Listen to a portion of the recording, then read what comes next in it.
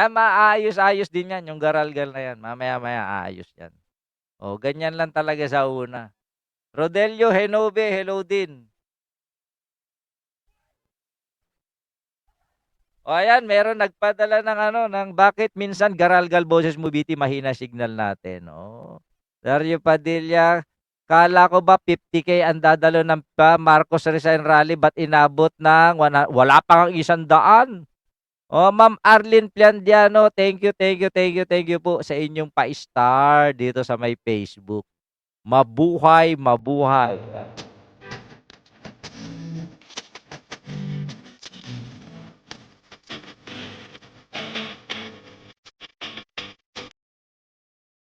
Pumayat ako sa gupit ko. Sabi ni ano, pumayat daw ako sa gupit ko. Huwag niyo nang alalahanin. Ang mahalaga, kahit pumayat ako sa gupit ko, mataba pa rin ang puso ko. O yan, eto, sunod-sunod yung paninira nila. O, Roda Albano. Aloha. Ano, sa Hawaii po kayo? Tama? Mahalo. Sa pagpunta rito, pagdalaw, kahit na hindi ako nakakulong. Di ba? Ayan, sunod-sunod dahil doon sa pagliban. Actually, hindi naman daw sumakit. Advice lang na actually appointment lang pala.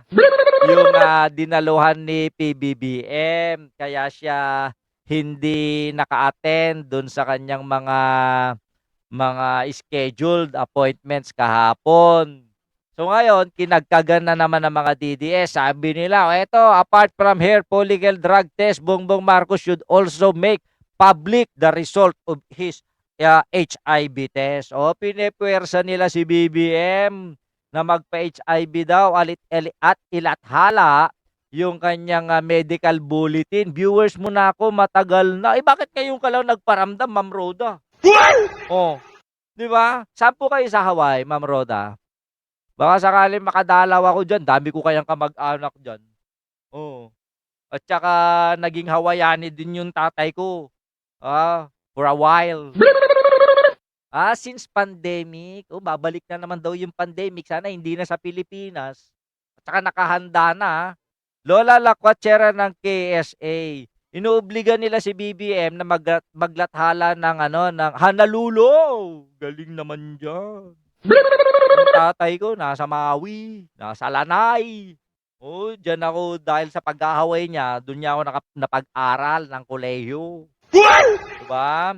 Marami akong kamag-anak diyan, pero nang gumraduate na ako, uwi ka na. Ganun lang. Sino ba sila para mag-demand kay BBM? Sabi dito ni LC, pinipilit nga nila na maglabas Talino Warriors. Uy, kabisado mo pa yung Talino Warriors. Diba? Thank you po. Inuobliga nila si BBM maglabas ng medical bulletin. Bakit yung vice-presidente nila na gusto nila maging presidente? Meron na bang alam ang taong bayan tungkol doon sa pagkagilit ng kanyang leeg at sa kanyang braso? Wala, di ba? Unahin muna nila na ilabas kung bakit nagkaroon ng gilit sa leeg si Sara Duterte. Ganun lang. Sabi dito sa HK Sir BT, daming nilalaglat. Isa na, talaga po sa panahon po ngayon, laganap po ang trangkaso. Kaya nga po, kung meron kayong pagkakataon, magpaturok kayo. Turok ng injection, anti-flu. Baka iba na naman yung isipin ninyo, mag-green-minded na naman sila. Diyan naman palang sila magaling. Ayan, maliban dito, isa pa to, nagpalabas ng fake news. Yung dating journalist na bubo. Dapat ilabas din ni Sara kung saan siya nagpatanggal. Tama. Di ba? O ito. Ang sabi dito, naglabas sila ng peking medical statement or certificate. The medical document being circulated is fake. Ayan. Kasi sina Jason meron daw tumawag sa kanya at nagbigay sa kanya ng ulat pangkalusugan ni PBBM. Yun naman pala ay fake news. Diba? Kaya lantaran yung pagiging fake news. Sabi daw, ngayon nagbigay ng kalinawan ang St. Luke's Medical Center Public Advisory. St. Luke's Medical Center is aware of medical test results falsely circulating online and social media claiming to pertain to President Ferdinand Romualdez Marcos Jr. These documents are fake. Aray ko. These documents are fake and falsified. St. Luke's Medical Center strictly upholds patient confidentiality and data privacy. Medical records are released only to the patient himself or herself through authorized and official hospital channels. Any medical records or documents obtained, posted, shared, or circulated outside these authorized channels are considered unauthorized, fraudulent, or falsified.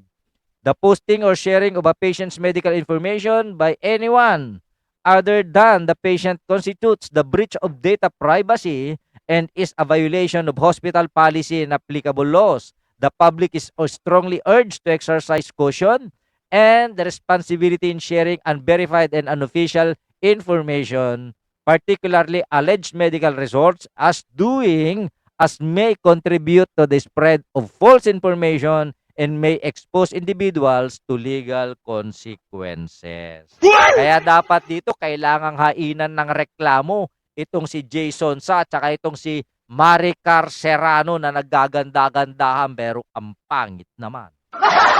Dapat tuluyan ng kasuhan si Sonsa at Tiglaw, puro fake at ang nilalabas dapat lang.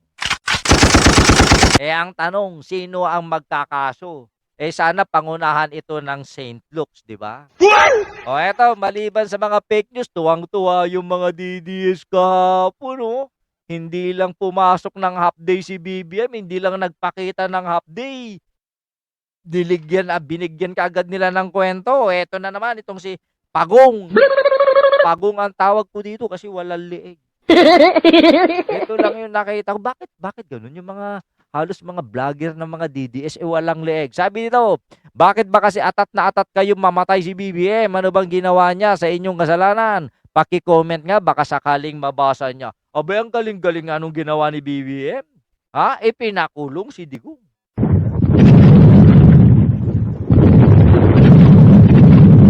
Actually, isa na yan sa pinakamatinding achievement o legacy ni PBBM, di ba? Galit na galit sila, gusto nilang mamatay si BBM. Yung pagdadasal nila na maagang ikakapahamak o pagkamatay ni BBM, napupunta yun sa tatay nila. Di ba? Si BBM, pinapanangalangin nilang mamatay, pero si Sara Duterte ang inoperahan sa likod. Sa leeg. Di ba? Si BBM ang sinasabi nilang dapat nang mategi. Pero si Sara Duterte, alam niyo na. Yung made in The Hague. Mary Grace Yoko, magandang umaga po. Ito pa, nagpipista yung mga yung mga fake news. Ang pinakamasakit yung nagkakasakit-sakit ka kahit wala ka namang achievement sa trabaho. Aray ko. Nagbubumerang sa kanila. Tama, Jollyland, di ba? Wala daw ginagawa ang trabaho si BBM, pero bakit nakakapagbayad ng utang? Walang achievement daw si BBM, pero bakit aray na aray ang mga DDS? Yun lang. Di ba? Kaya dapat nating sayawan to mga to eh.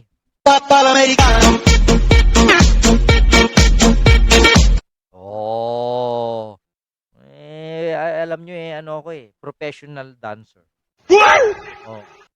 Professional. Kaya iyak na iyak. Kung sino pa yung mga fake news, sila pa yung galit kay BBM at saka sa mga loyalista. Kasi bakit sila galit? Felisa Kilang, hello po ma'am. Bakit sila galit? Kasi hindi nagtagal ang kanilang ka-fake newsan. Hindi nagtagal yung kanilang kasinungalingan. Walang naniwala, pati mga DDS nila mga kasama, hindi naniwala sa kanilang kasinungalingan. Haray ko.